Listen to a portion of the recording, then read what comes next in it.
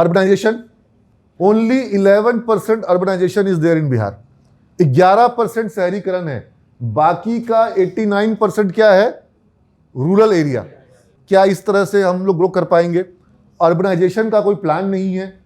जो हमारे शहर हैं, जो बिहार के जो भी शहर हैं, वो सारे क्रैम्ड और जाम। आप देखते हैं ना, जिस भी मुजफ्फरपुर से कोई होगा, कोई भागलपुर से होगा, पूरा शहर जाम रहता है। क्या स्थिति देख रहे हो तुम लोग वहां पर? हाँ, और क्या हमने पटना के अलावा और शहरों को विकसित किया है? और पटना की भी स्थिति क्या है अभी?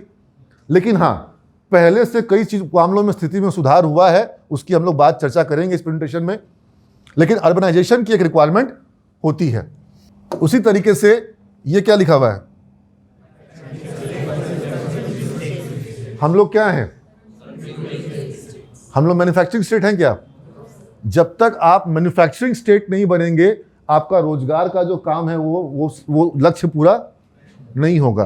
कंज्यूमिंग स्टेट में क्या होता है? ट्रेडर कमाता है, लेकिन कंज्यूमिंग स्टेट में इंडस्ट्रियलिस्ट नहीं होता है, वर्कर नहीं होता है। और टैक्स कलेक्शन भी कंज्यूमिंग स्टेट में क्या होता है? कम। मैन्युफैक्चरिंग स्टेट में टैक्स कलेक्शन होता है ज्यादा।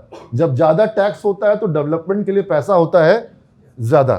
समझ रहे हैं? वर्कर को सैलरी मिली, उसका भी कंजम्पशन होगा ज्यादा, क्योंकि उसको पैसा मिल रहा है। तो मैन्युफैक्चरिंग स्टेट हम लोग बने ही नहीं, हम लोग क्या बन गए? मैं तुमको एक एग्जांपल दूंगा कि बिहार में आप लोग सब प्लास्टिक का सामान इस्तेमाल करते हैं ना। ये मेरे हाथ में प्लास्टिक है, तुम लोग के पास प्लास्टिक की बॉटल्स देख रहा हूं मैं, ठीक है? तो क्या ये जो डस्टर है, या जो प्लास्टिक की बॉटल है, या जो ये पेन वगैरह है, ये सब क्या बिहार में बना है? फैक्ट ये है कि बिहार में प्लास्टिक का जो मैन्युफैक्चरिंग करने वाले लोग हैं, उनसे कई गुना अधिक कमाई उनकी है जो कि प्लास्टिक का रिटेलिंग या डिस्ट्रीब्यूशन या होलसेल कर रहे हैं। समझ रहे हैं? तो ऐसे सारे ही प्रोडक्ट्स में कि मैन्युफैक्चरिंग तो है नहीं, ट्रेडर यहां पर है। जबकि आपको अगर समृद्ध राज्य बनना है तो आपको क्या बनना होगा? और जो थोड़ा बहुत मैन्युफैक्चरिंग यहां पर हो भी रहा है, जैसे कहेंगे कि भाई ब्रिटानिया ने बिस्किट का प्लांट लगा दिया, हिंदुस्तान यूनिलीवर ने व्हील के लिए एक तो यूनिट से टाई अप करके व्हील मैन्युफैक्चरिंग कर रहा है, सर्फ व्हील का जो होता है ना पाउडर, तो वो व्हील पाउडर यहां क्यों मैन्युफैक्चरिंग कर रहा है? ताकि भाड़ा बचे, freight advantage.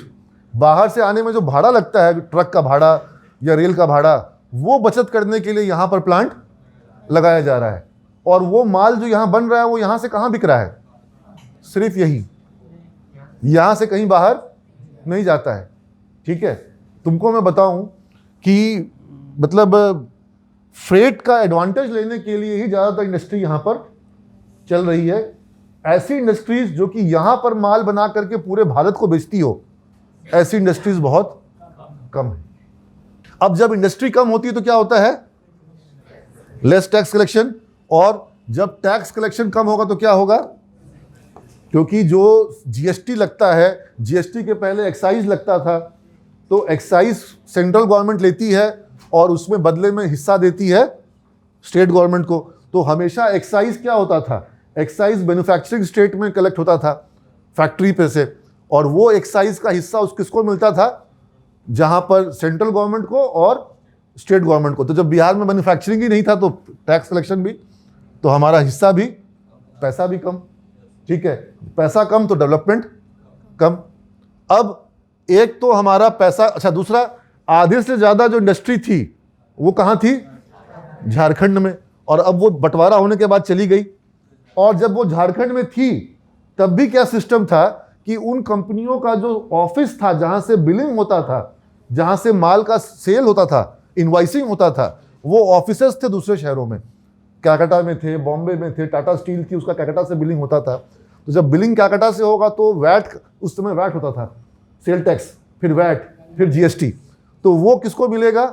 Waste Bengal government को मिलेगा। माल कहां बना? बिहार में, जमशेदपुर में। और टैक्स मिलेगा, हिस्सा किसको मिल रहा है? क्योंकि बिलिंग हो रही है वेस्ट बंगाल से, सेल टैक्स में हिस्सा मिल रहा है उसको। तो बिहार का माल, लेकिन हिस्सा टैक्स में हमको नहीं मिलता था ढंग से, तो ये भी कमी होती थी।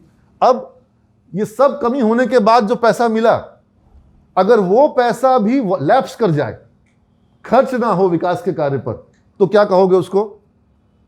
मतलब ये तो भारी अपराध है, घोर दंड है। और ये बिहार में होता था।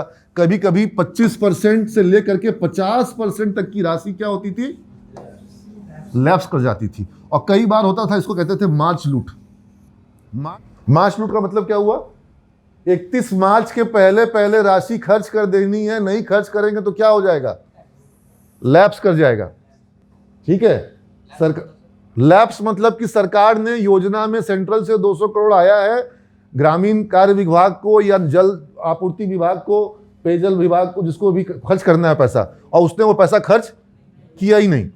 ठीक है, तो अब चूंकि यहाँ पर काम करने का जो वातावरण था वो सही नहीं था, लोग काम के प्रति, और जो पॉलिटिशियन है वो भी खर्च करवाने के प्रति जागरूक, एक तो पैसा कम, और जो आ रहा है वो भी क्या हो जा रहा है? लैप्स। केंद्र का पैसा रह गया, खर्चा आपने किया ही नहीं। आप अगर 31 मार्च तक नहीं खर्च करेंगे तो पैसा क्या हो गया? लैप्स हो गया। ठीक है, कई बार उस पैसा को लैप्स ना हो जाए इसके लिए क्या होता था, मतलब मार्च के महीना में धड़ाधक ऑर्डर पे ऑर्डर दिया जा रहा है, और उसमें भाव नहीं देख रहे हैं, वेंडर नहीं देख रहे हैं, क्वालिटी नहीं देख रहे हैं, खर्च कर दिया जा रहा है। तो क्या हो रहा था? लूट।